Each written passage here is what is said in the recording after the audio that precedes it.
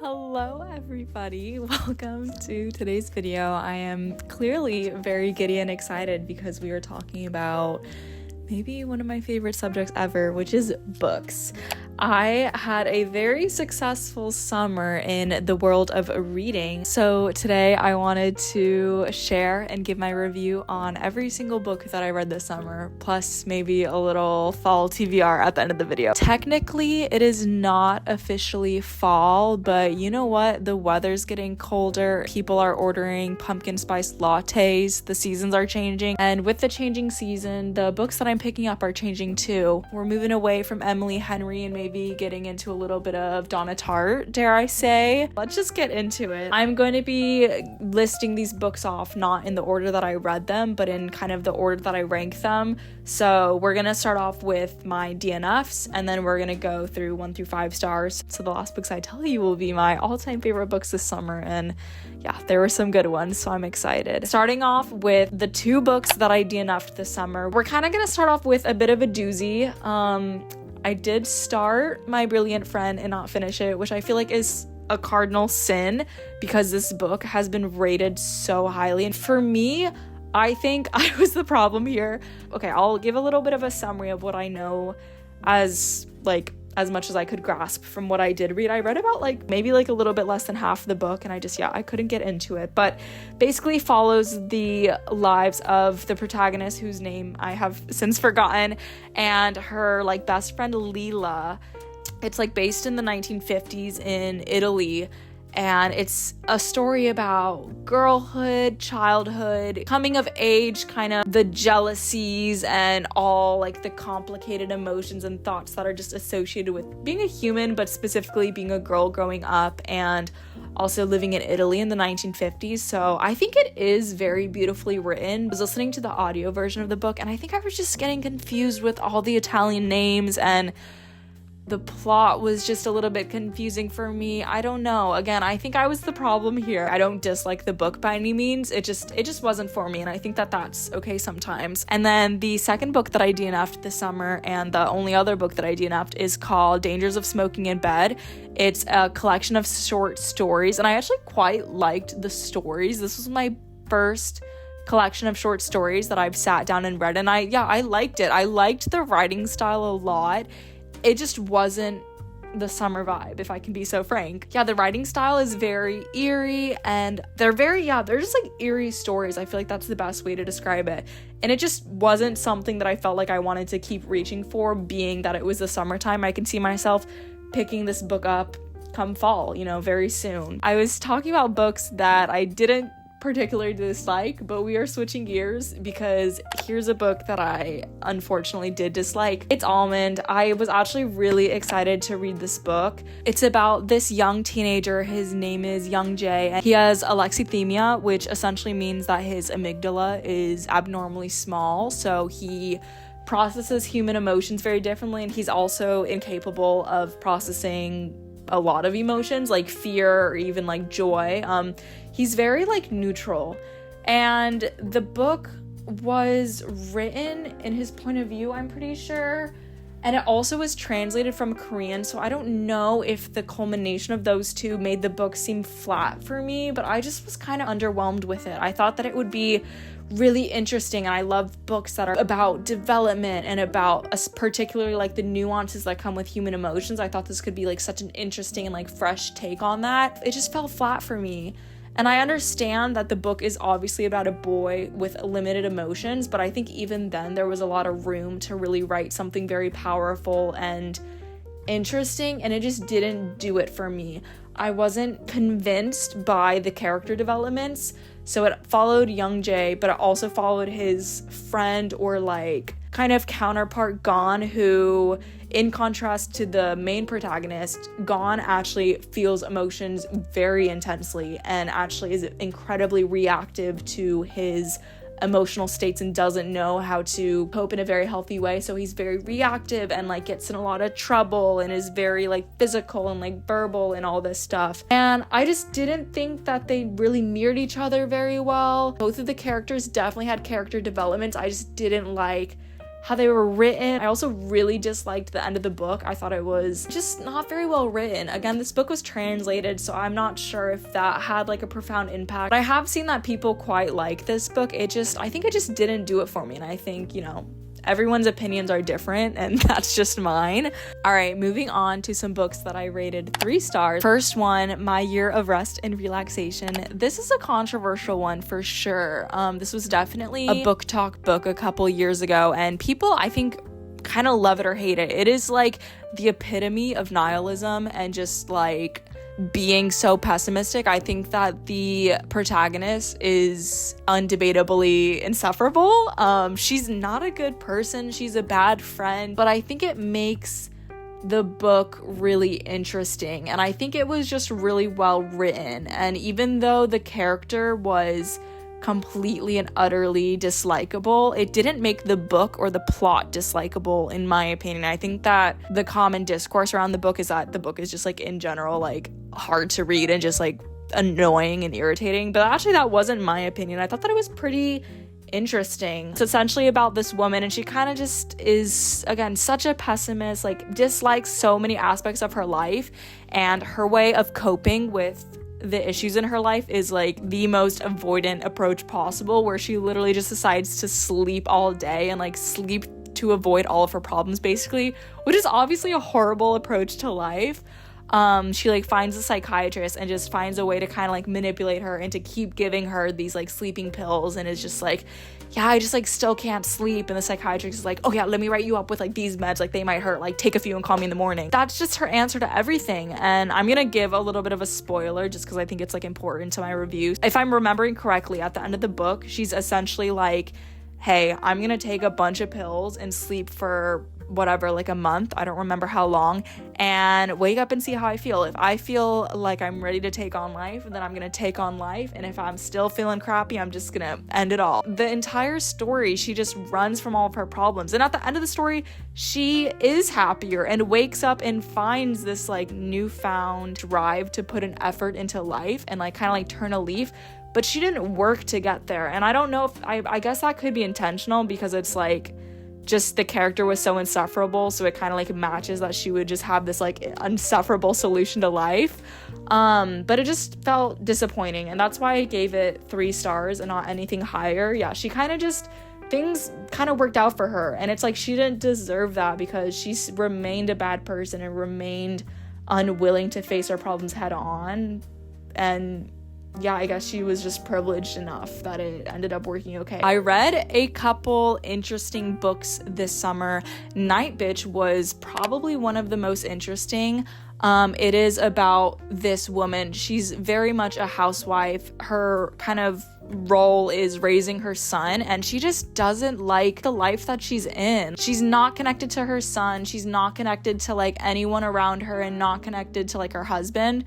And slowly she starts literally turning into a dog, and it's a pretty funny book, and it's written very like quirkily, I guess. It's just very interesting. Like when she first starts turning into her dog, like her husband's kind of like, okay girl, like yeah right, and it's just kind of like brushed off, but then it's like no, like she's literally turning into a dog, and that's kind of her sense of freedom for this life that she doesn't like.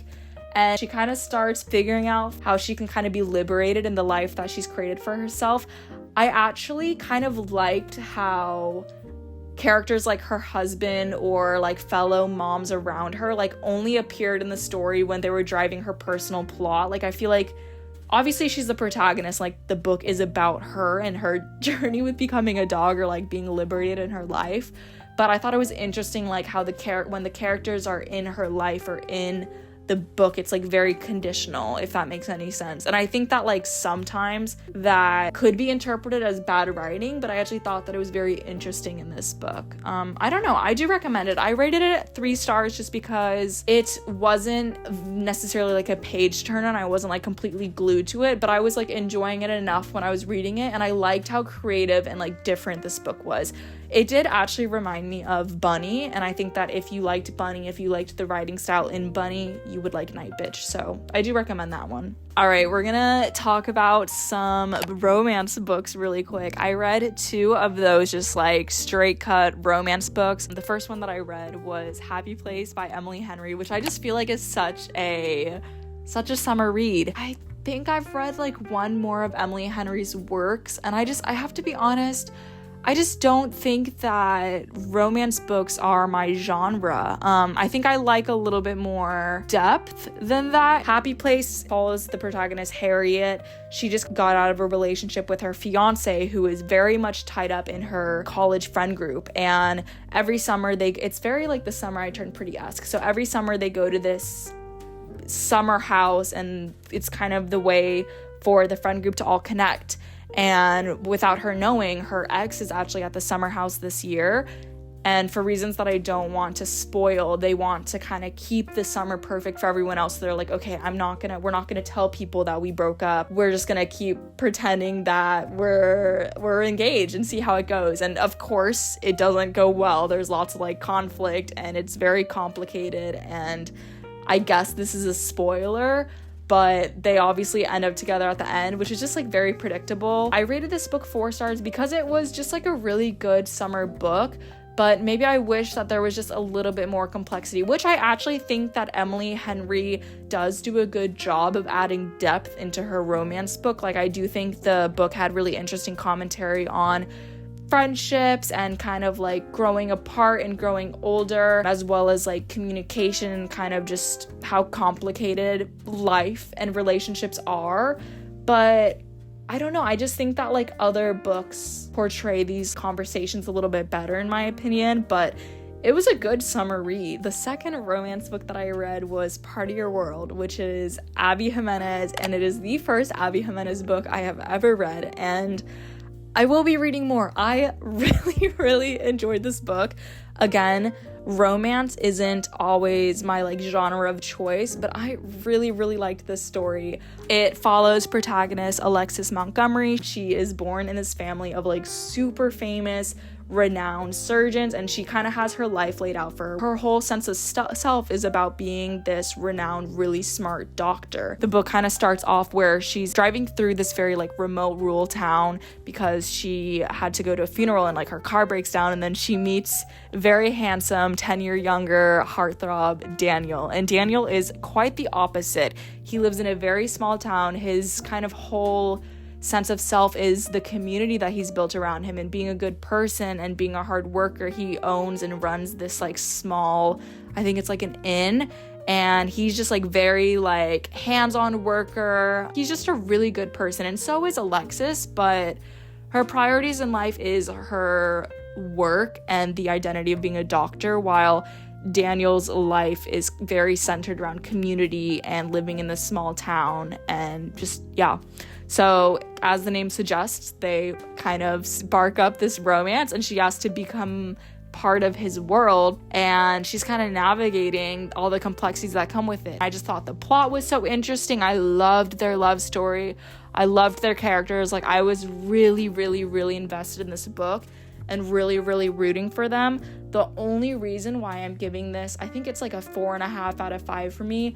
I just think that romance isn't my genre, and I just wish there was like a little bit of like that je ne sais quoi, just like a little something more that like really leaves me really thinking after a book. Like, I think for a book to be 5 stars for me, I have to be like really thinking about it for a long time after, and I just think that romance, and this book included, is just kind of like, it's a romance book and it ends the way that you expected it to end, and it was a good read and I had a good time, but I'm not challenged in some way, I guess. All right, I have 3 more books that I rated 4 stars. First one is Temporary. I actually found this book on Pinterest, and kind of the post was describing, it's a very like hidden gem. Like, I haven't really seen anyone else talk about this book besides what I saw on Pinterest. Okay, sorry, I got really hot, so I had to take my sweater off. But yeah, I haven't seen anyone talk about this book besides like the post that I saw on Pinterest, and the post was kind of explaining that it's about this woman, and she takes up these temp jobs in search of human connection. And I actually thought that maybe that description was a little bit inaccurate. That definitely caught my eye and was the reason why I picked up the book. But I wouldn't say that she has these jobs in search of human connections. I would say that it's more about this woman who's a temp, and that is her entire identity. And of the other temps in this book, like this whole universe, that's all that they are. You kind of follow her along as she's taking these different odd jobs. And when I say odd jobs, I mean odd jobs. One of the jobs that she held was being a human barnacle. The other one was being like an assistant to this murderer. I just thought that this book was so creative and it was so interesting, and the writing was so thought-provoking and so interesting. I don't even know. And the only reason why I gave this book 4 out of 5 stars was because I felt like I got a little lost in the sauce. This could have totally been my own fault, but I found it hard to like really grasp all that this book was because the writing was so unique, I guess. I don't even know how to explain it. But yeah, I highly recommend. I really feel like this is one of the books where if I pick it up again, which I do plan on reading it again in the future, I think I would appreciate it so much more. Again, I just felt like it just was a little hard to grasp for me. All right, very recently, I think 2 days ago, I finished Yellowface by Rebecca Kuang, and oh my gosh, I have fallen in love with Rebecca. I think she is just so ahead of like her peers and like other authors her age. I think she's just so genius. I'm gonna link it down below, but I've been listening to this interview with her. I haven't actually finished it. You could just see how incredibly well spoken and intelligent she is, and I am really blown away by just her as a person, just because she's so young and just so genius. And this book was such a good representation of it. I thought it was an incredibly smart premise. It follows 2 writers, June Hayward and Athena Wu, and both of them were in the same year at Yale, and they're both aspiring writers. And Athena is just super successful. She's kind of like the cream of the crop, but also kind of insufferable. And then there's June, who is a really struggling writer. Her debut novel didn't perform very well, and she really looks up to Athena and like with such envy, but also like admiration. And both of these characters are quite insufferable, but at the beginning of the book, Athena actually ends up dying, and essentially June steals Athena's manuscript. At first, she didn't have any intention with doing anything with this unfinished manuscript, but then as she reads it, she's like, oh my gosh, this is like an incredible outline. And she kind of she plagiarizes, she steals Athena's work and plays it off as her own. And the book is about the Chinese front. June is white, and the book is about Chinese history because there's like obvious complications with a white writer telling stories about history that doesn't belong to her. She actually publishes the book under the name Juniper Song, which is kind of racially ambiguous to say the least. It is Yellowface and like Asian fishing, and then it just has such interesting commentary on racism, also authorship and the publishing industry, and also like social media, cancel culture, same with like female friendships and envy. I did feel like the book went on a little bit too long, particularly in like the middle section. I kind of was like, is this necessary? Which is maybe why I knocked it off a star. Again, I think that Rebecca Kuang is just so incredibly smart, and the conversations that this book presented were so audacious, but yeah, done so well. But yeah, Rebecca, you have my heart. I want to read more of your books in the future. Yellowface was done really, really well. I really enjoyed it. My last 4-star book that I read, I'm gonna kind of go through these quickly, but it was Alchemist. It's just a book about following your dreams, as it follows this boy who kind of goes on this quest to fulfill his, or like find his personal treasure, which is basically about like following his dreams despite obstacles. I just read this book, freshly coming out of university and kind of feeling directionless, and this book kind of fell on my lap. Like my uncle had it and I just decided to borrow it, and I just think I read the book at like the right time, and it just kind of hit me very personally when I was reading it, which is why I really liked it and rated it 4 stars. Yeah, I highly recommend it. It's just a very inspiring book.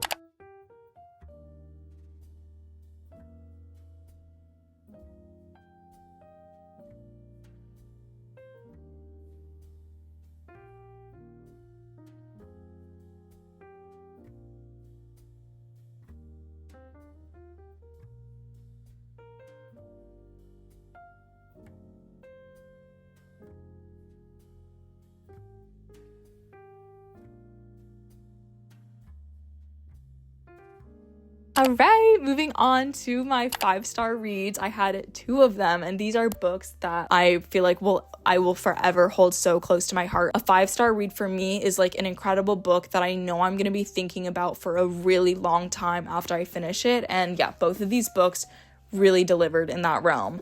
First one, Where the Crawdad Sings. I'm like literally like giddy because of how much I love this book.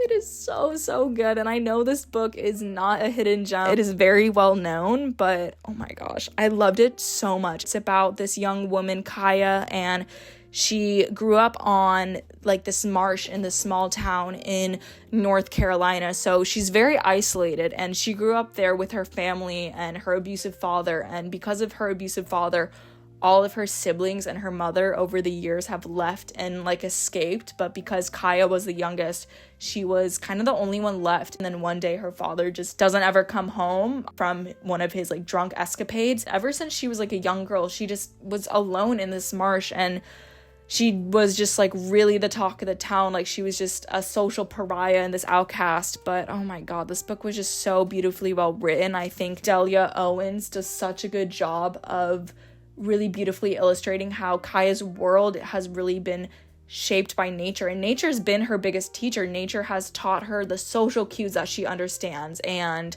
social dynamic. And then kind of at the same time as you're watching Kaya grow up, it's a dual timeline book, which is probably one of my favorite little, like, I don't know if trope's the right word, but tropes in literature. So you're watching her grow up, and then flash forward in time, captain of the football team, Chase Andrews, is found dead at the base of this like watchtower. And as you're learning about Kaya's life and Kaya's adolescence, you're trying to figure out how her and the way that she's grown up is connected or influenced Chase Andrews and his death. And you're kind of seeing the pieces very slowly like get formed together, which I love. A slow burn, and this book is definitely a slow burn. But yeah, it's just so good. Nature plays such a beautiful role.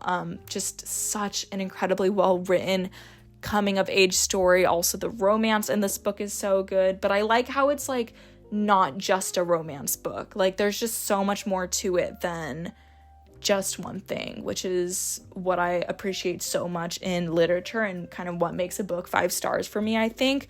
And then very similarly, perhaps my favorite book ever, Perks of Being a Wallflower. I talked about this book in my last video, so I'm not going to speak about it too much, but similarly to Where the Crawdad Sings, it's this coming of age but very nuanced story about this boy Charlie, who's a freshman in high school. And right when the book opens up, you learn that his best friend has ended his life, and Charlie's kind of on the coming up from that trauma, and like you can tell that he's really coming out of this dark patch.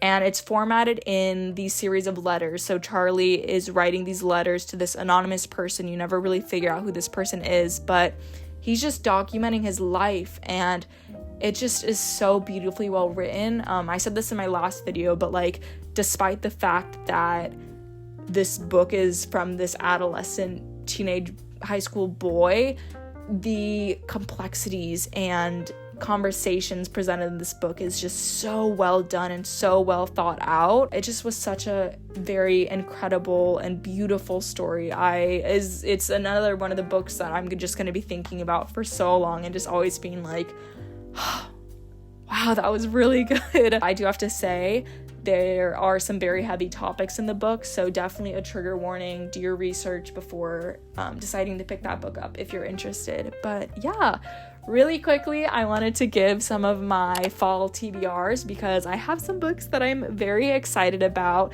Currently, I'm reading 1984 by George Orwell, and then I'm also reading Start Where You Are by Pema Korhord, I think is her last name. I'm not quite sure.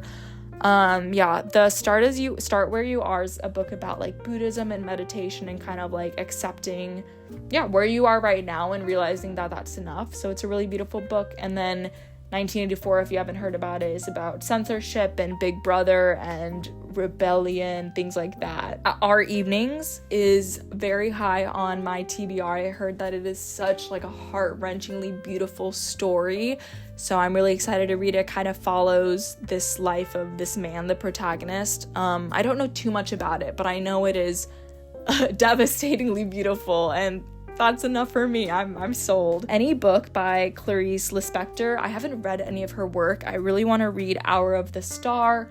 Also, I forget the name. I'm gonna put it on the screen. I heard that this one's really good.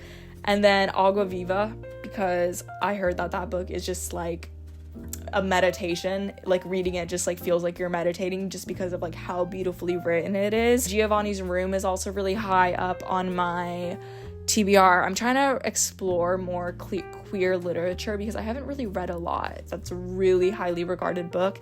And then I'm also committing to the Throne of Glass series, which I'm kind of scared about. Last year I tackled ACOTAR, which at the time I thought that ACOTAR was a beast, but compared to Throne of Glass, I feel like ACOTAR is minuscule because Throne of Glass is a commitment to say the least. Like, it is such a fat fantasy series, but I think I'm gonna do it for the winter months. I decided that I'm gonna read it in like the publishing order rather than, I don't know, kind of the chronological order in the universe of Throne of Glass. But I was thinking about making a reading vlog video, so if you're interested in that, please let me know. Yeah, I think those were all the books that I read this summer. I feel like I've been talking for so long, but thank you so much for watching. I really hope that you enjoyed this video, and I have some exciting videos coming soon that, yeah, I'm excited to share, so stay tuned for that. All right, thank you, bye.